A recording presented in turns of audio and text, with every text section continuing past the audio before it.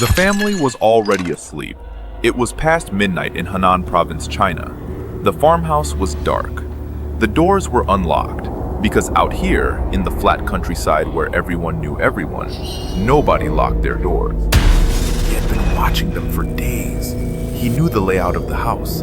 He knew how many people slept inside. He knew exactly which window to enter through without making a sound. He picked up the hammer, and he walked in. By morning, there was nothing left of that family but blood on the walls and silence where a home used to be.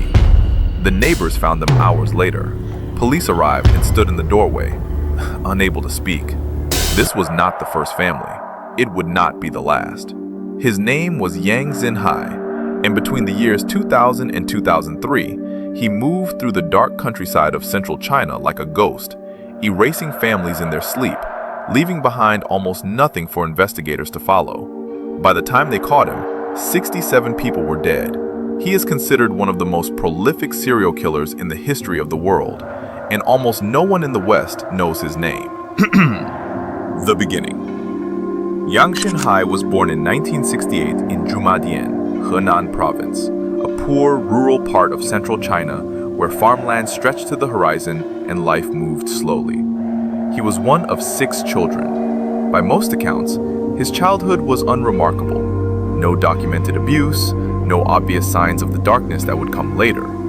He was quiet, withdrawn, the kind of child teachers forget the moment he leaves the room. He dropped out of school at 14 and began drifting. That is the word that comes up again and again when people describe Yang Xinhai's early life. Drifting. Moving from city to city, province to province, picking up odd jobs, construction, farm labor, whatever kept him fed. He had no real home, no real relationships, no anchor. In the 1990s, he began collecting a criminal record: theft, attempted rape. He served multiple prison sentences, each one short, each one doing nothing to change whatever was happening inside his mind. Then, in 1999, a woman rejected him. The details are sparse. What investigators pieced together later is that Yang had formed an attachment to a woman who ultimately ended the relationship. Something broke inside him when she left. Whether it cracked something that was already fragile, or whether this was simply the moment he stopped pretending to be normal, nobody can say for certain. What is known is this: shortly after, the killings began. The first attacks happened in the autumn of 2000. Yang Xinhai's method was horrifyingly simple. He would enter rural farmhouses at night, almost always through unlocked doors or windows, and kill everyone inside using whatever tools he could find. A hammer, an axe, a shovel, sometimes all 3. He targeted families specifically, not individuals, families, men, women, children. He left no one alive. The attacks were in Henan province at first, then spreading into Hebei, Anhui, and Shandong, 4 provinces across central China, covering an area roughly the size of Germany. He traveled constantly, never staying in one place long enough to be noticed.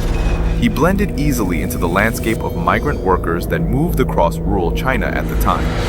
No car, no fixed address, no phone. He was almost invisible in a country of 1.3 billion people. The scale of what he was doing took time to become clear. The countryside was vast. Communication between rural police departments was slow. When a family was found dead in one village and another family was found dead 200 miles away 3 weeks later, investigators didn't immediately connect them. These were isolated communities. Word traveled slowly, but the killings kept coming. 11 people in 1 month, 7 the next. Entire households wiped out between midnight and dawn. Some victims were found still in their beds. Some had clearly tried to run and hadn't made it to the door. Chinese police eventually realized what they were dealing with and launched one of the largest manhunts in the country's history. Over 100,000 officers were mobilized across 4 provinces. Roadblocks were set up. Villages were warned. People began locking their doors, sleeping with weapons nearby, watching the darkness outside their windows with a terror that had no name yet. Because they didn't know who they were looking for. they had almost nothing. This is where Yang Xinhai's case becomes something beyond terrifying. He was extraordinarily careful. He left behind almost no forensic evidence. He rarely spoke to anyone. He changed his appearance. He had no fixed routine, no pattern of location that investigators could map. The one thing that connected his crimes was the brutality and the silence he left behind. For 3 years, he operated almost freely. The profile that investigators built was deeply unsettling. This was not a killer who acted on impulse. He stalked his targets beforehand. He selected isolated farmhouses specifically, places where neighbors were too far away to hear anything, where bodies might not be discovered for days. He had a hunter's patience. And yet, when they finally caught him, it was almost by accident. In November 2003, Yang Xinhai was picked up at a dance hall in Changzhou, Hebei province. He had no identification on him, a routine check. A face that matched a composite sketch circulating among police.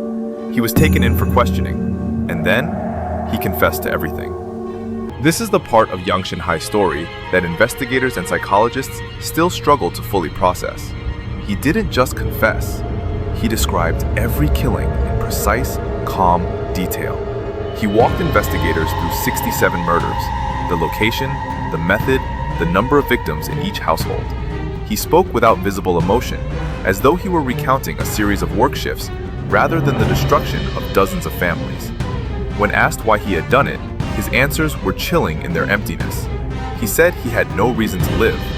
He said that because he himself had no future, he saw no reason to allow others to have one. He felt no connection to other human beings. He described looking at a family sleeping and feeling absolutely nothing, as though they were objects rather than people. "I have no love," he told investigators. "I have nothing." He was not trying to be frightening. He appeared to genuinely believe this. Psychiatrists who evaluated him described a man who had developed a profound detachment from human life, including his own. He had fully expected to be caught and executed. He seemed indifferent to the prospect. Psychologists noted the dangerous combination present in Yang: prolonged social isolation, multiple rejections, repeated imprisonment with no rehabilitation, a collapsing sense of self, and access to an environment where victims were vulnerable and invisible. None of this explained him, but it traced the shape of what he had become. It is easy, with a case of this scale, to let the number become just a number. 67 people. But each one of those 67 was a household, a life built slowly. Farmers who woke before dawn, mothers who knew their children's favorite meals, elderly parents who had worked the same land for 40 years, children who had never done anything to anyone. Some of the families were not found for days. Some were found by relatives arriving for visits, walking through the door into something they would never recover from. China's media, under strict state control at the time, reported very little of the case while it was ongoing. The outside world heard almost nothing. Even within China, the full scale of what had happened was kept quiet, partly to avoid panic, partly because admitting that one man had killed 67 people across 4 provinces for 3 years was an admission of systemic failure. The families of the victims had almost no public outlet for their grief. Many of them are still waiting for acknowledgement that never fully came. Trial and execution. Yang Xinhai's trial lasted 1 day. On February 14, 2004, he was convicted of 67 counts of murder, along with additional counts of rape, robbery, and causing injury. He showed no emotion during the proceedings. He was sentenced to death. On February 14, 2004, the same day as his conviction, Yang Xinhai was executed by gunshot. He was 35 years old. The speed of the process drew some criticism from international human rights organizations, though within China, public reaction was largely one of relief that it was over. He had been in custody for less than 4 months from arrest to execution. Here is what stays with me about Yang Xinhai. It is not the number, not the method, not even the confession. It is the invisibility. For 3 years, he walked through one of the most populated countries on Earth and killed 67 people, and the system barely saw him. He had no car, no phone, no home. He was nobody, and that nothingness was his greatest weapon. There are people, it turns out, who fall so completely through the cracks of society that they cease to exist in any record, any database, any community, any relationship.